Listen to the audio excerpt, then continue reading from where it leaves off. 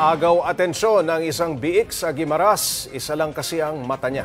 Pero binawi naman yan sa mas matangos daw na ilong. Para bigyan ng mukha ang balita, Mobile Journal, Patrick Lucky.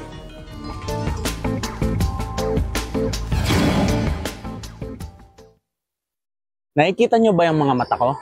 Dalawa yan. Dahil kung isa lang yan, meron akong cyclopia. Kadalasang sa pelikula lang nakikita ang mga nilalang na iisa ang mata. Ang tawag sa kanila, Cyclops. Pero open your eyes dahil nag-e-exist din sila in real life. Pero hindi sila halimaw, kundi mga may cyclopia. Mga hayop ang kadalasang nakikitaan ng mga ganitong kaso. Cyclopia happens during the development of fetus. So hindi na hiwalay yung dalawang mata and dun sa brain. Kaya it is a very rare condition in pigs and is usually associated with congenital disorders. Gaya ng biik na ito sa Guimaras na ipinanganak na may iisang mata, kinulang sa mata pero sumobra sa tangos ng ilong. 7 taon nang nag-aalaga ng baboy si Jolene at first time daw nilang maka-encounter ng kakaibang biik. Tinatawag nila itong miracle baby.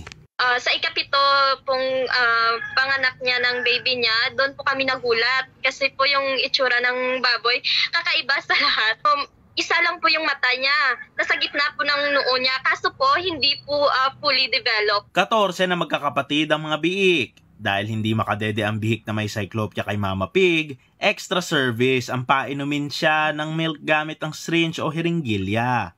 Pero hindi umubra ang kanilang pag-aalaga dahil hindi tumalabang milagro sa kanilang miracle baby. Naiyak pa nga po yung mama ko kasi kahit na ganun yung itsura niya, ginawa namin ang lahat para lang mabuhay siya. Ayon sa veterinaryong si Dr. Mace Likwanan, hindi talaga kapalaran ng cyclopia ang mabuhay ng matagal dahil hindi raw fully develop ang utak para suportahan ang buong katawan. The survival rate of cyclops can be days or weeks depending on the severity. Minsan Ang buhay ng mga hayop ay gaya ng buhay ng mga tao.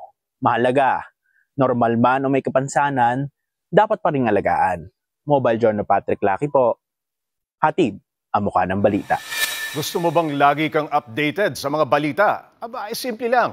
Mag-subscribe ka na dito sa 1PH. I-click mo lang ang subscribe button at notification bell para hindi ka nahuhuli sa mga balitang dapat mong malaman.